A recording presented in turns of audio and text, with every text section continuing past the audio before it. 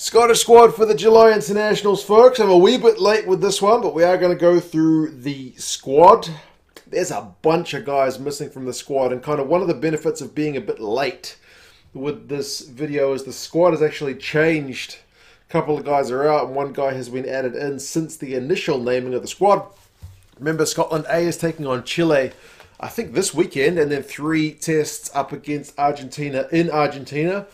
It's going to be, I think, actually a really fascinating series because, yeah, like I said, Scotland are without a lot of the first names that you kind of think of when you think Scottish rugby in recent times, and the Argentinians have got a new coach and have recalled a bunch of experienced guys. We haven't done their squad look at either, but that'll be coming too. But let's go through the Scottish squad. By my count, it's 4 hookers, with the addition of Jonny Matthews, who wasn't initially named. So Ashman, Cherry, Matthews, and Turner. Matthews being the only uncapped guy, but certainly no rookie in terms of his rugby career. 28 years old.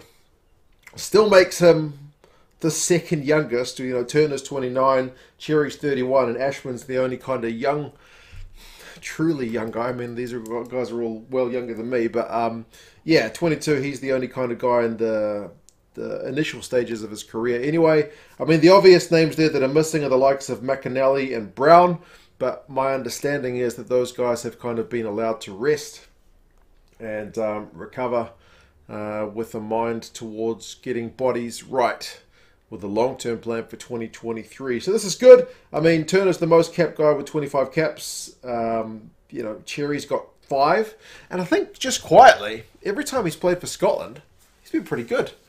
I think he's kind of underrated, like one of the more underrated players. I know you can't really say he's that underrated if he's if he's in the international squad, but I don't think he's done anything wrong whenever he's played for Scotland at international level from memory. I remember looking at his stats, and they were always pretty good. So yeah, maybe he's just one of those guys that gets overshadowed. Matthews, I had a look at his URC stats just to double check, and he scored a bunch of tries and makes a bunch of tackles. So if he gets some game time, he should be a welcome addition to the squad as well. Props: Bhatti, Fagerson, Schoeman, Sebastian, Sutherland. Murphy Walker is the only uncapped guy of the lot. Otherwise, it's kind of pretty steady as she goes. Good to see Sutherland back after having a wee layoff with injury. Sebastian's only got that 1 cap. Schoeman has taken to international rugby like a duck to water, so he's a really welcome addition. Obviously, you guys know I'm a big fan of old Zander, although his penalty count's getting a wee bit high for my liking, if I'm completely honest.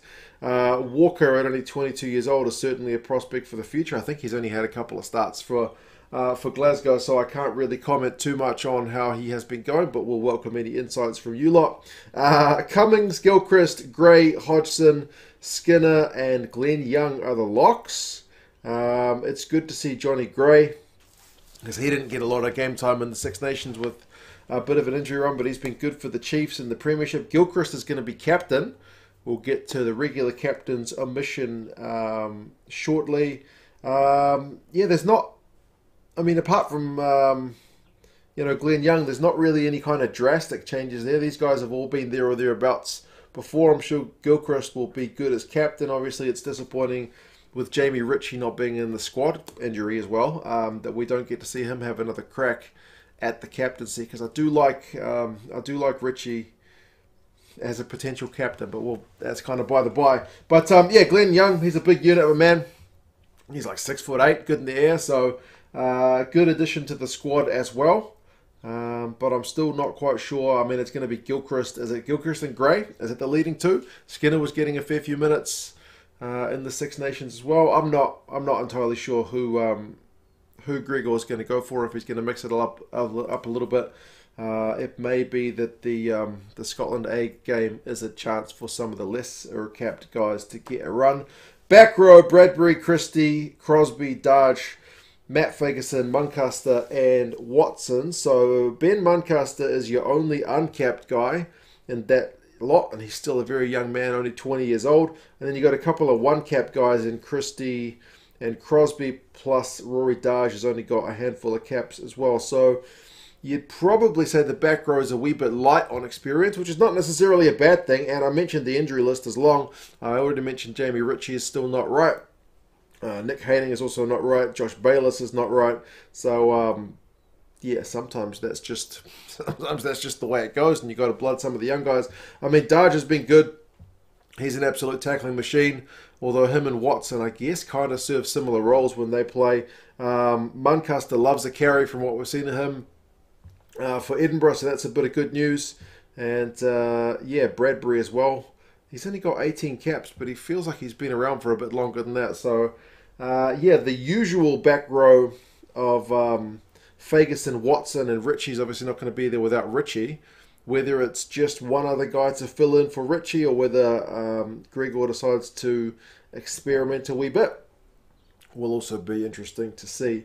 The backs is where you're really missing some of your more bigger names in Scottish rugby. The three scrum halves, Horn, Price, and White. I don't know if I'm surprised that Ali Price is there, but I mean, a lot of the guys who went on the Lions tour don't make this squad because essentially Gregor said they're being rested. I'm not sure if there's still some fallout from the off the field going to the pub thing at the earlier in the year, but I don't think so. They said that's kind of water under the bridge. But yeah, Ali Price is still there. He's he's been the guy.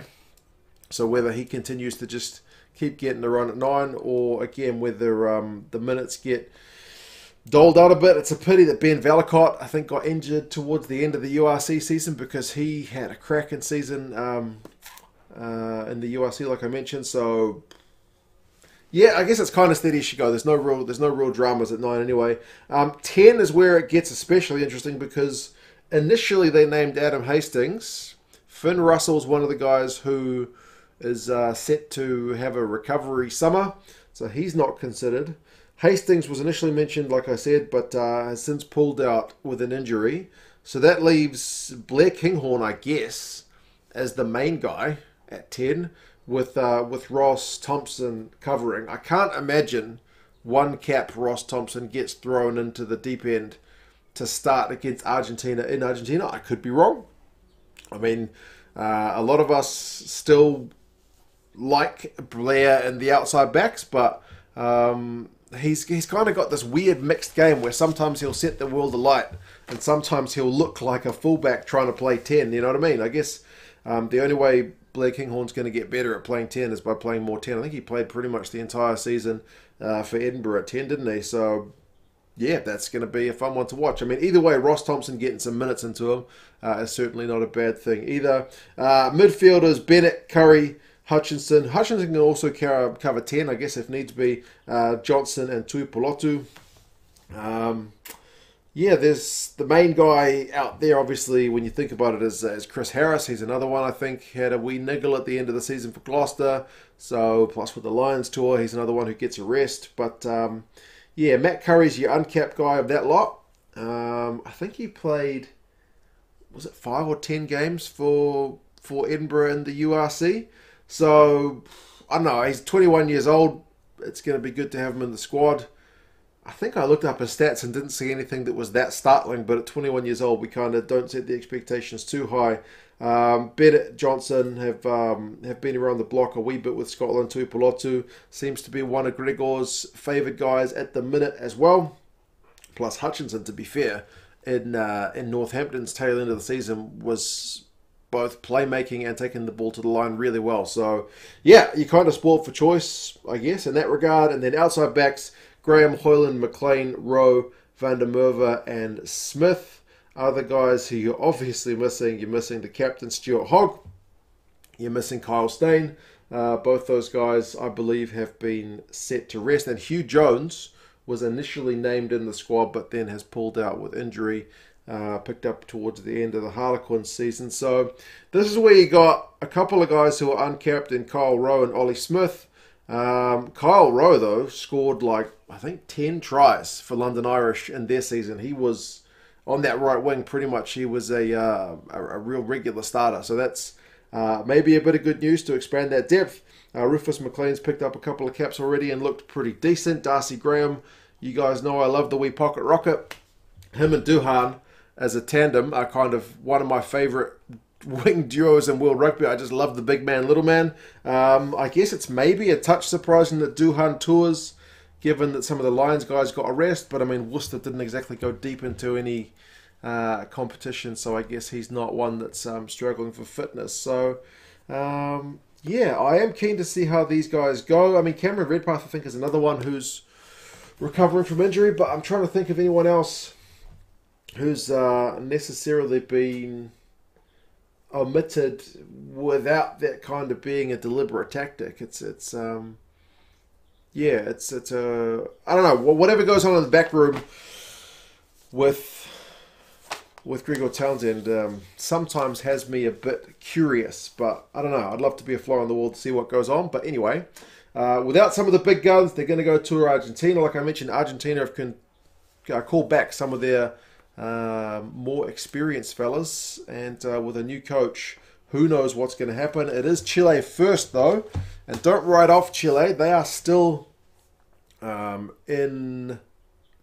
don't say in touching distance, but they are still in contention to get a place at the Rugby World Cup. They knocked out the Canadians and have a chance to get there if they can get a job done over the Americans in a few weeks as well. So yeah, they've got a good young side. They've been building in their South American League as well.